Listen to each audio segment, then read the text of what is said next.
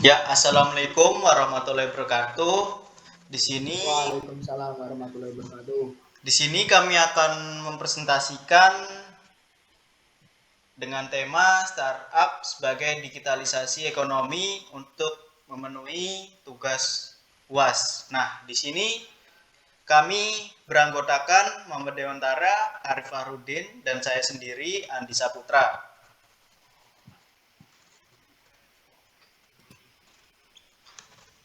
Startup sebagai digitalisasi ekonomi dan apa sih dampaknya bagi ekonomi kreatif di Indonesia?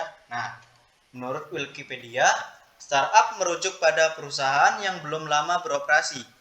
Perusahaan-perusahaan ini sebagian besar merupakan perusahaan yang baru didirikan dan sedang berada dalam fase pengembangan dan penelitian untuk menemukan pasar yang tepat. Namun, akan lebih mudah jika istilah startup diartikan sebagai perusahaan baru yang sedang dikembangkan. Artinya, perusahaan tersebut masih dalam tahap pendiriannya. Startup mulai berkembang akhir tahun 90-an hingga tahun 2000-an. Namun pada kenyataannya istilah startup banyak dipadukan dengan segala yang berbau teknologi, web, internet, dan yang berhubungan dengan ranah tersebut. Lalu banyak karakteristik dari startup yang dapat kita ambil. Beberapa karakteristik perusahaan startup tersebut yaitu diantaranya yang pertama usia perusahaan kurang dari 3 tahun. Artinya masih dalam tahap awal suatu perusahaan digital. Kemudian yang kedua jumlah pegawai kurang dari 20 orang. Pada awalnya, tentu startup hanya memiliki segelintir orang saja di balik berdirinya perusahaan. Yang ketiga, pendapatan kurang dari 100.000 per tahun. Belum banyak keuntungan yang didapatkan karena masih dibutuhkan biaya untuk pengembangan startup. Terus yang keempat, ada masih dalam tahap perkembangan. 5. Umumnya bergerak dalam bidang teknologi. Penggunaan aplikasi merupakan salah satu contohnya. 6. Produk yang dibuat berupa umumnya aplikasi dalam bentuk digital atau yang lainnya. Kemudian yang ketujuh, biasanya beroperasi melalui website ataupun media sosial. Mengembangkan ekonomi kreatif antara lain karena ekonomi kreatif berpotensi besar dalam beberapa hal. Yang pertama, memberikan kontribusi ekonomi yang signifikan. Keberhasilan ekonomi kreatif tentu akan memajukan perekonomian Indonesia di kancah internasional. Yang kedua, menciptakan iklim bisnis yang positif. Dengan adanya ekonomi kreatif, terciptalah iklim persaingan yang positif karena masing-masing startup ingin menjadi yang terbaik.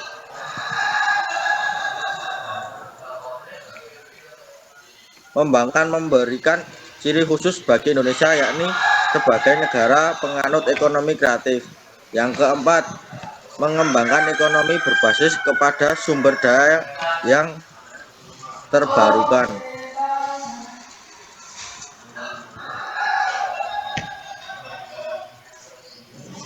Menciptakan Next. inovasi dan kreativitas yang merupakan keunggulan kompetitif suatu bangsa.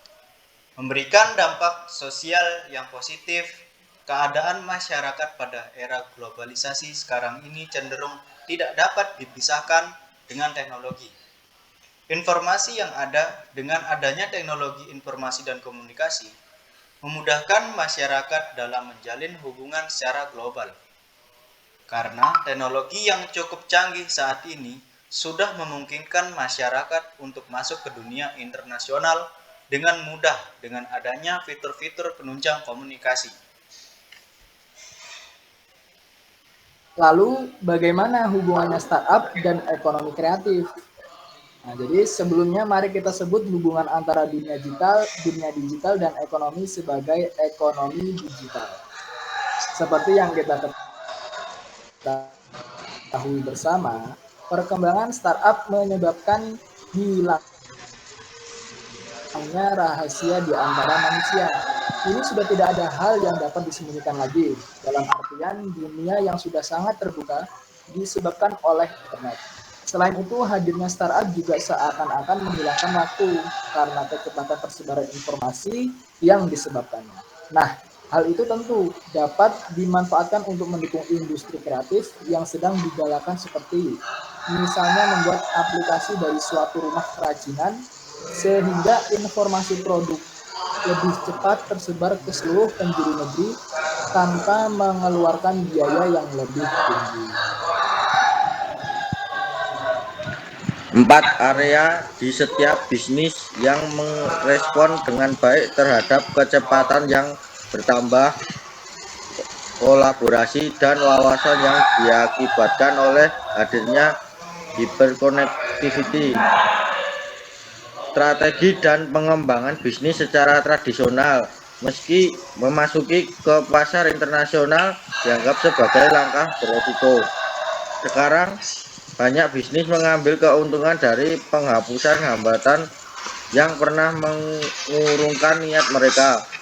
Menurut studi EIU, meskipun 39% masih khawatir bahwa bergerak maju akan menempatkan tekanan pada pasar yang telah mapan. Hampir setengah dari responden setuju bahwa rencana mereka untuk ekspansi global adalah cara strategis untuk bersaing dengan permintaan yang selalu berubah dari saluran digital. Selanjutnya, tahu ke mana harus pergi berikutnya hanya semakin mudah. 40% akan lebih mampu untuk menentukan daerah baru yang cocok matang untuk penawaran mereka saat ini.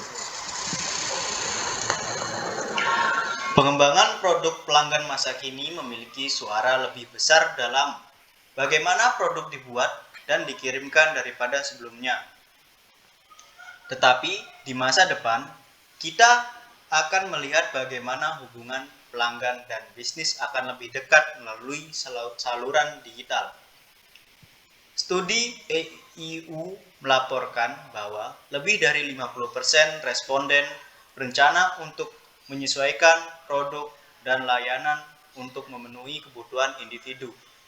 Yang lebih mengejutkan adalah 41% yang meramalkan mengintegrasikan pelanggan dalam proses pengembangan produk.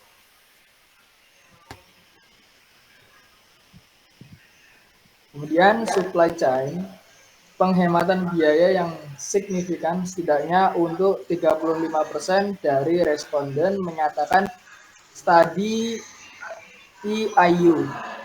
Seiring dengan semakin banyaknya bisnis yang merebut kesempatan untuk memperluas bisnis mereka, 38% juga menemukan bahwa hyperconnectivity memberdayakan mereka untuk bekerja dengan baik dengan pemasok internasional. Sumber daya manusia dalam studi EIU. Dampak yang paling banyak dikutip dari hyperconnectivity adalah percepatan proses. Bahkan 46% menunjukkan proses otomatisasi bisnis respon paling diadopsi untuk keterkaitan data lainnya. Di masa depan, hampir setengah dari responden percaya bahwa hyperconnectivity dapat membantu organisasi mereka dengan inovatif sementara mengurangi Dan yang terakhir yaitu kesimpulan. Dari hasil penjelasan di atas, kita tahu bahwa realitas dan fenomena ekonomi kreatif sebenarnya bukanlah hal yang baru bagi Indonesia yang telah terbukti memiliki aset kreativitas sejak dulu. Indonesia sebenarnya memiliki kekurangan modal kreativitas, hanya saja masih kurang dalam kemampuan mengintegrasikannya, artinya bagaimana menghubungkan produknya dengan dunia luar. Mungkin salah satu cara yang selaras dengan adanya ekonomi kreatif adalah dibangunnya startup yang berhubungan dengan hal tersebut. Hal ini dilakukan demi mendukung program ekonomi kreatif yang sedang ramai digalakan. Nah, Demikian yang bisa kami sampaikan dari tema tersebut. Apabila ada kurang dan salahnya, kami mohon maaf. Wassalamualaikum warahmatullahi wabarakatuh.